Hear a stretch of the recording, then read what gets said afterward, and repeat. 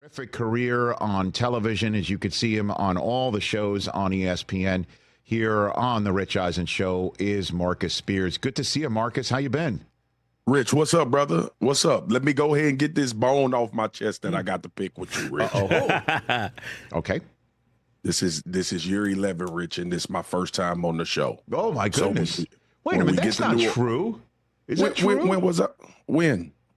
I don't remember. It's your producer's fault, Rich. It ain't me and you. Okay, it's your no. Producer's fault. Well, first of all, if I could have sworn, you're giving me that look like that is true. Be. No, it might be. It could be. It is. Yeah. It's his first time on Marcus, the show. Because I've been wanting to come on the show, so that's how I know. Man. Okay, well, but nah, man, it's an honor to be on with you, brother. I appreciate it, and I really am enjoying, your work, and Thank you, and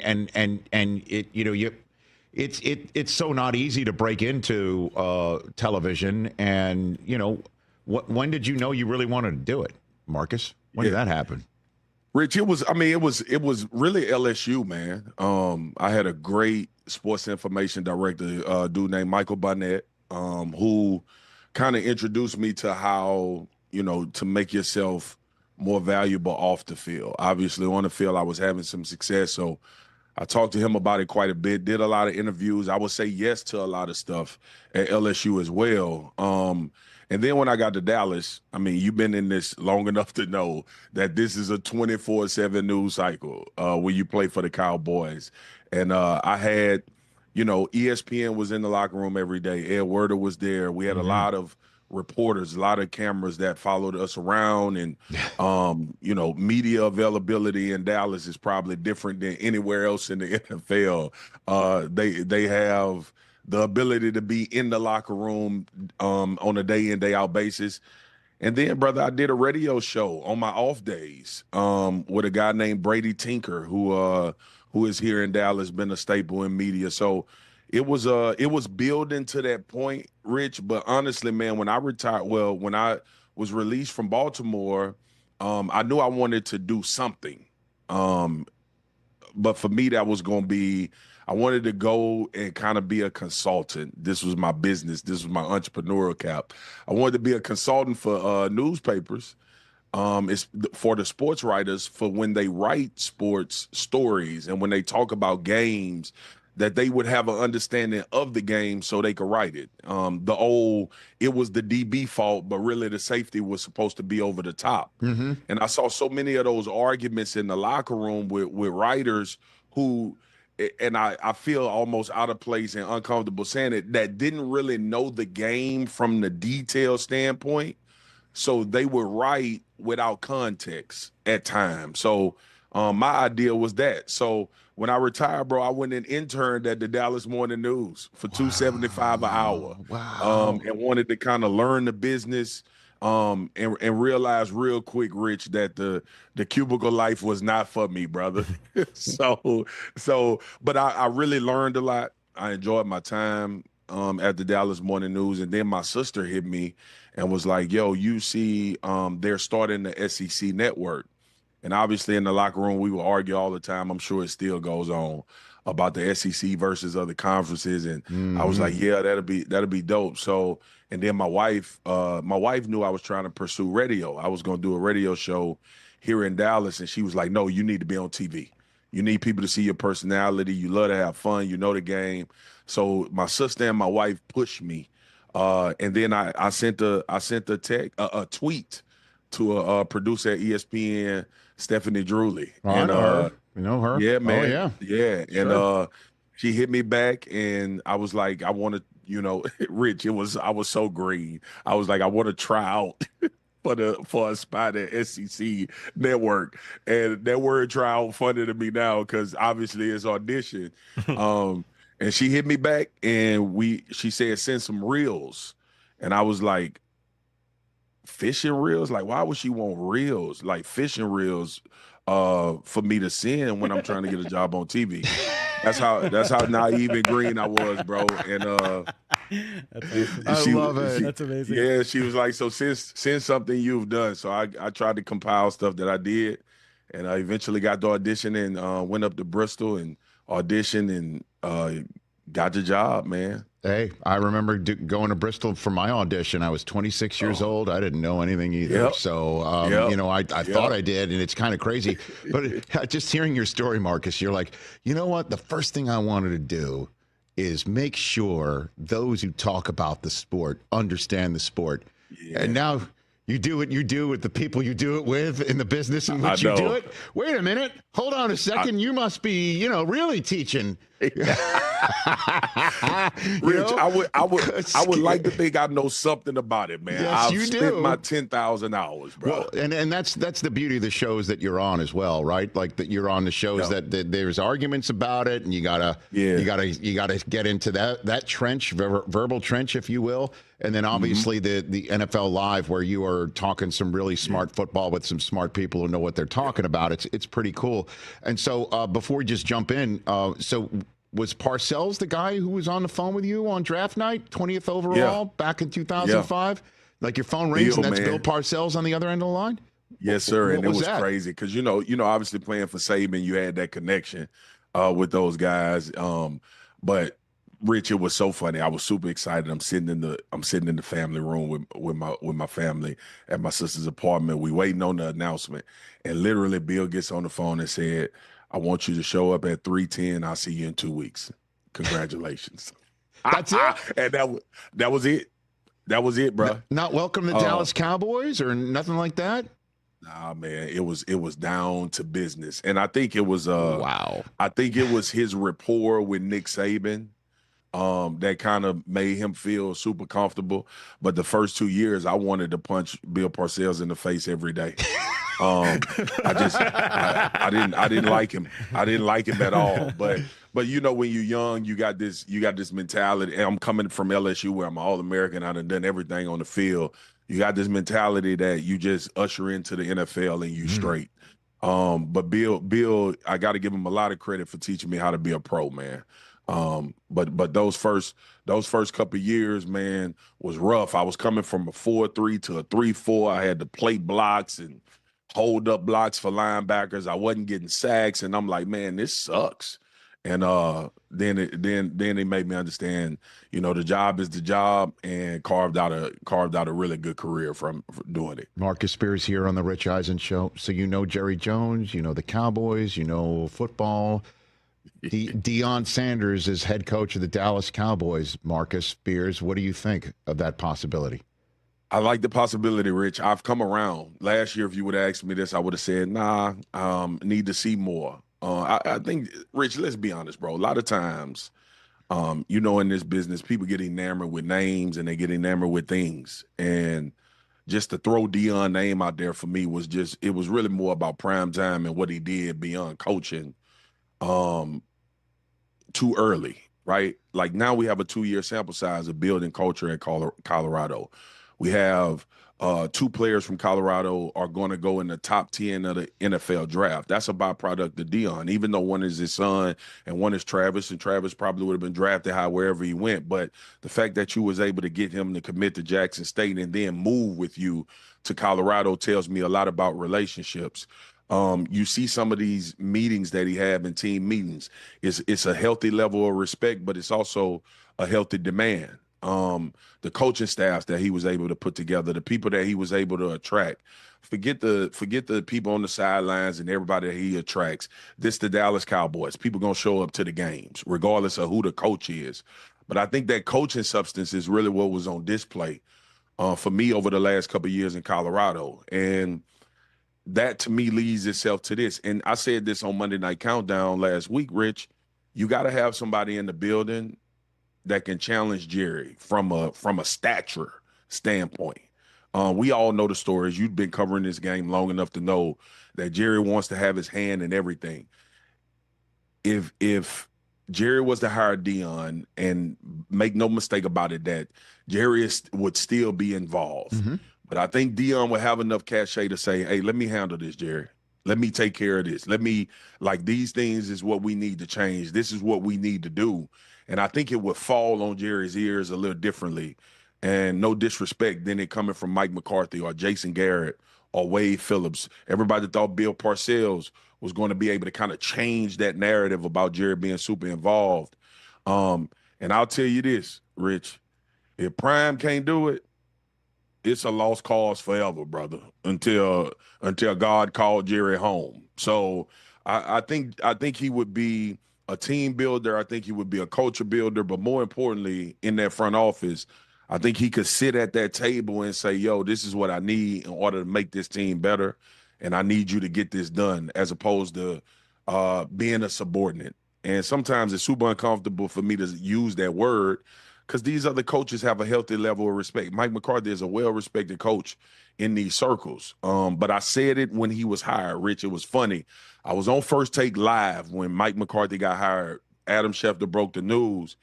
And they asked me how you feel about it. I said, well, I mean, if it's going to be the same old as what Jerry has done, Mike McCarthy will have some success, but nothing will be won and nothing will be different. And at the end, it'll probably be some non-committal situation.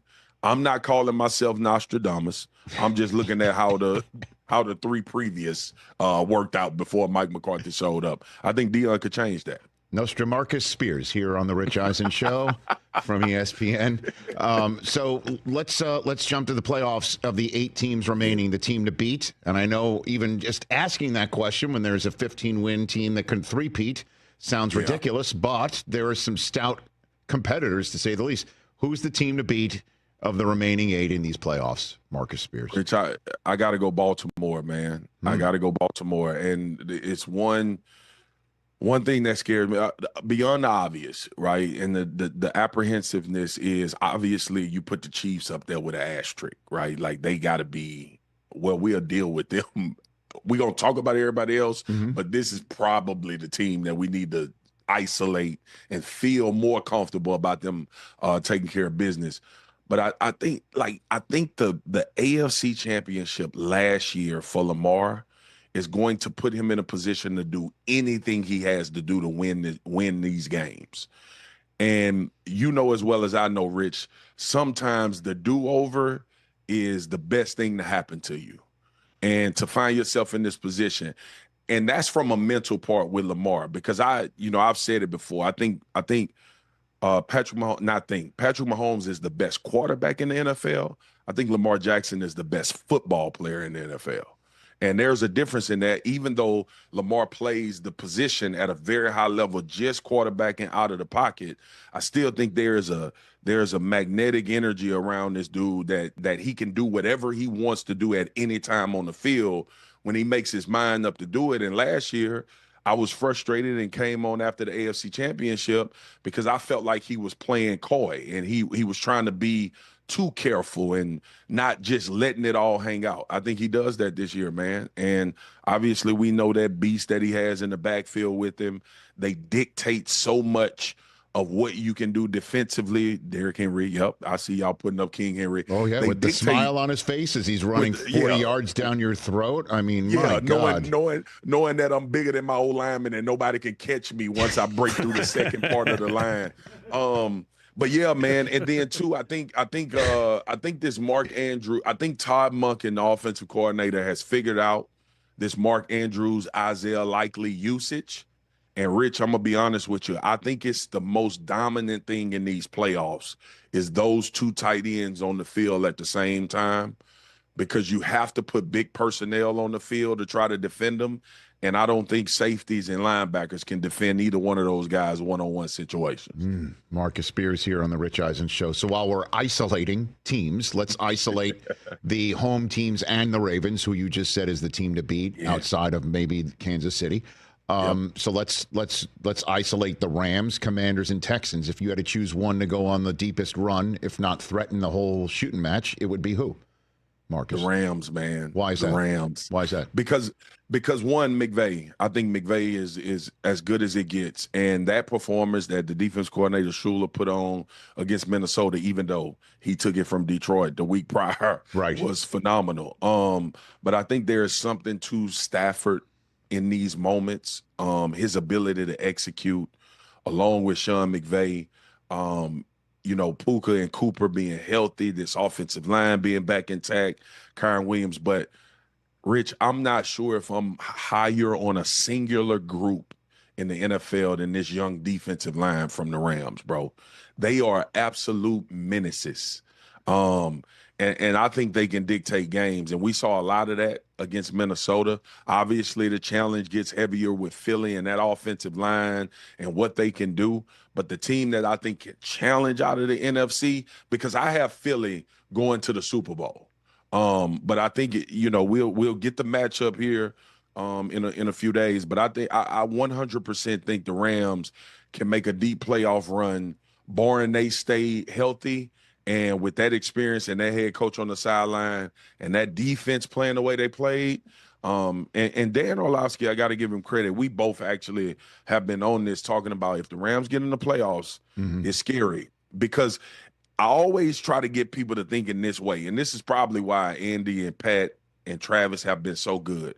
All you're preparing for is that 3 hours, bro. You're not worried about next week. You're not worried about playoff positioning. You're not worried about keeping guys healthy. What kind of minimal usage can we give a guy and still be effective?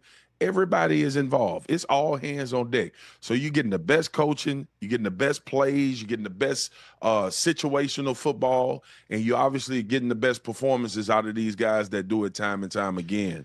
And I think the Rams have a little bit of that mixture as well. So based on what you just said, do you take the Ravens and the Eagles to face each other in the Super Bowl? Is that what you're saying? Yeah, right that's now? who I got. That's who I have in the Super Bowl, man. Wow. And I'll probably be proven wrong by Kansas City. Listen, I chose Kansas City the Tuesday after Labor Day. I stuck with them on game day morning when our producers there give us two options to because you're to smart, mulligan. Rich. Well, I mean they give you an option at Thanksgiving and at the outs before a single playoff game's played on Wild Card Weekend, and I stuck with it.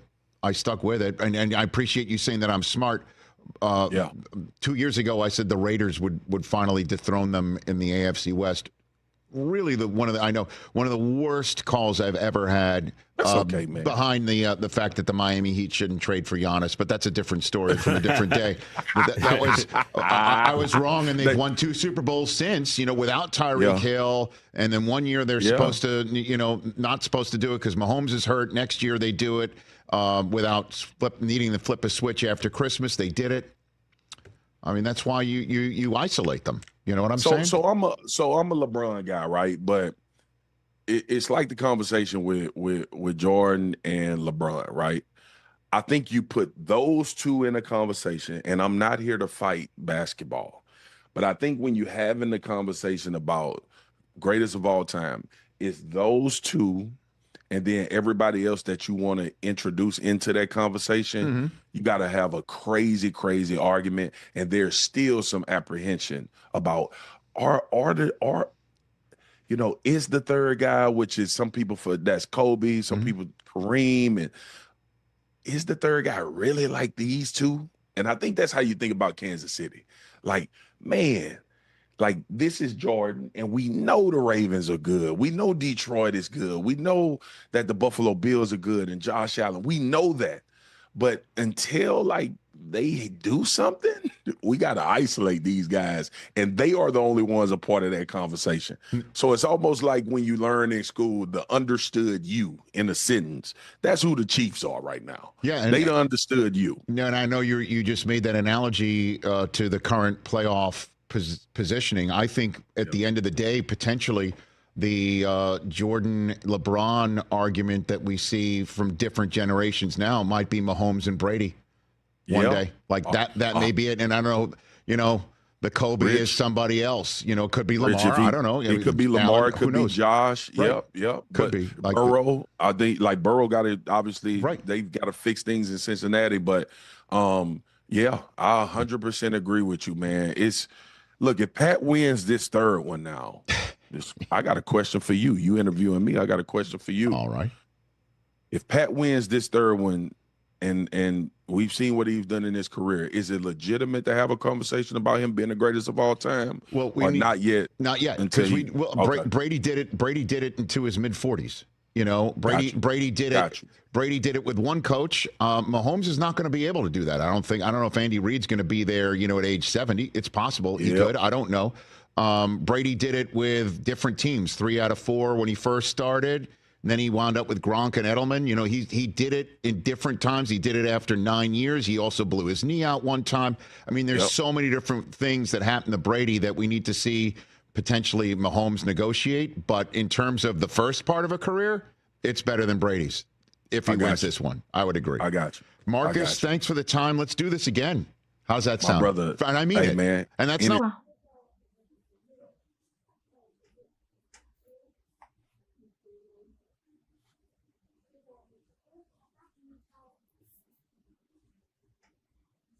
Đây mình sẽ móc vào nhé. Cũng móc 5 mũi vào đây nha mọi người. Tiếp tục này.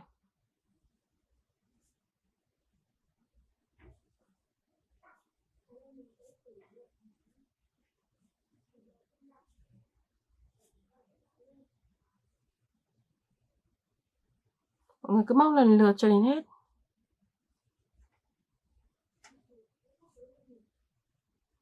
Mũi nữa này. Rồi bây giờ sẽ móc tiếp những mũi tiếp theo nha.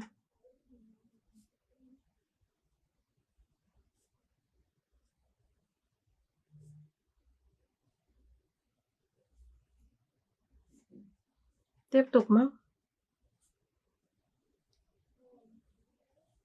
Cứ lần lượt từng mũi một nhé.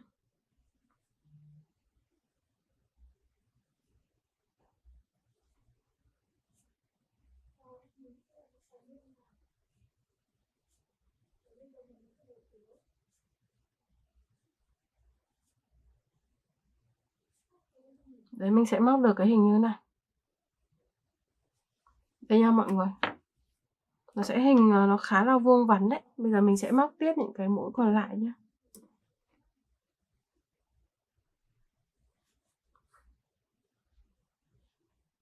Tiếp tục móc những mũi nữa này. Cứ từng mũi một. Mình móc tiếp nhé.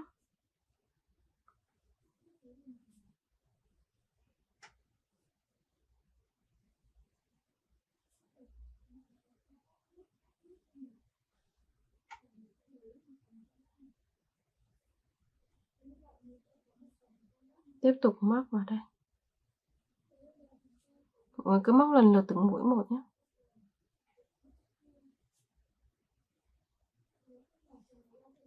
Mũi tiếp theo.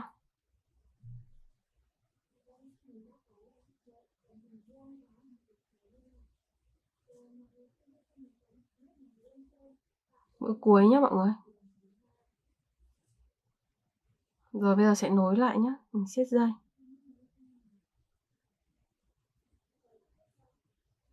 Siết chặt dây lại.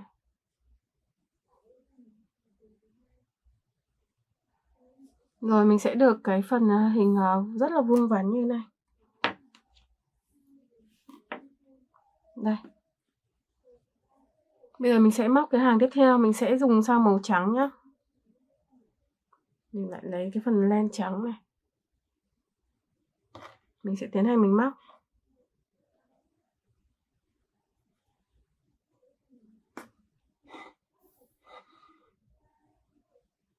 Mình gỡ chút len ra để sử dụng nhé mọi người.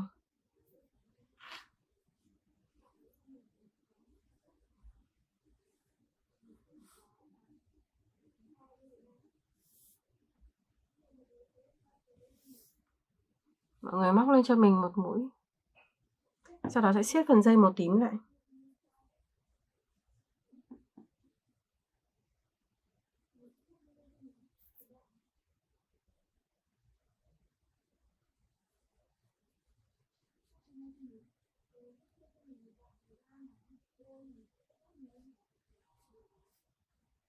Giờ sẽ móc vào này. Mình sẽ móc những cái mũi đơn nha. Móc những mũi đơn vào đi. Mình sẽ móc lần lượt từng mũi một. Tiếp nha mọi người. Mọi người cứ làm lần lượt cho đến hết cho mình.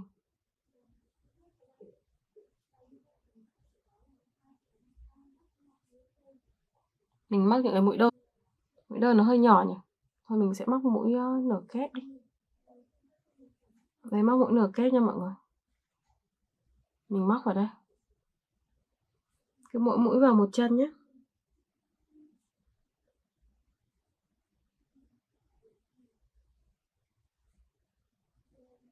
Tiếp tục.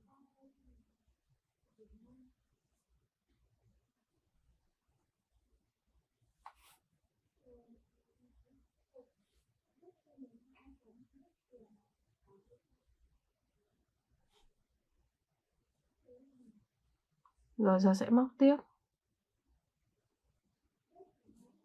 Cứ móc lần lượt từng mũi một.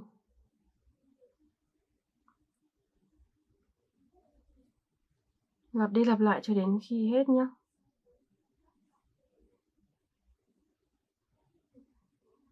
Một, hai, ba. Ở cái mũi này mình sẽ móc vào 5 mũi này.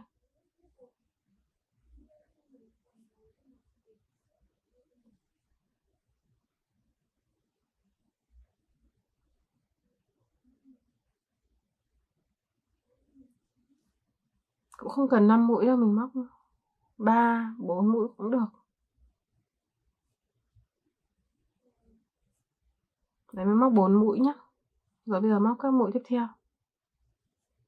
Cứ từng mũi một cho đến hết nha mọi người. Bây giờ sẽ tiếp tục móc những mũi tiếp theo. Lần lượt cho đến hết. Cứ lần lượt từng mũi một cho đến hết này. Đấy. Rồi mình sẽ móc tiếp những mũi tiếp theo nha mọi người.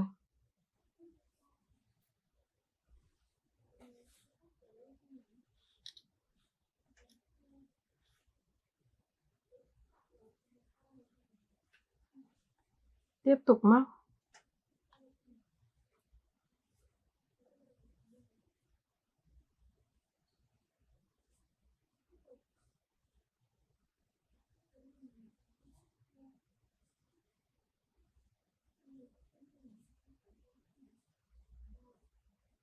Đấy, mọi người cứ móc lần lượt như thế này.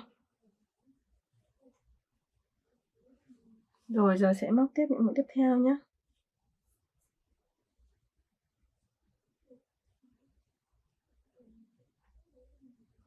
Cũng móc vào 4 mũi vào một chân.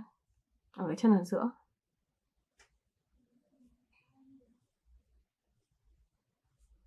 Rồi. Bây giờ mình sẽ móc tiếp những mũi tiếp theo vào nha mọi người. Cứ lần lượt cho đến hết nhá. Mình tiếp tục mình móc. Tiếp tục những mũi nữa này.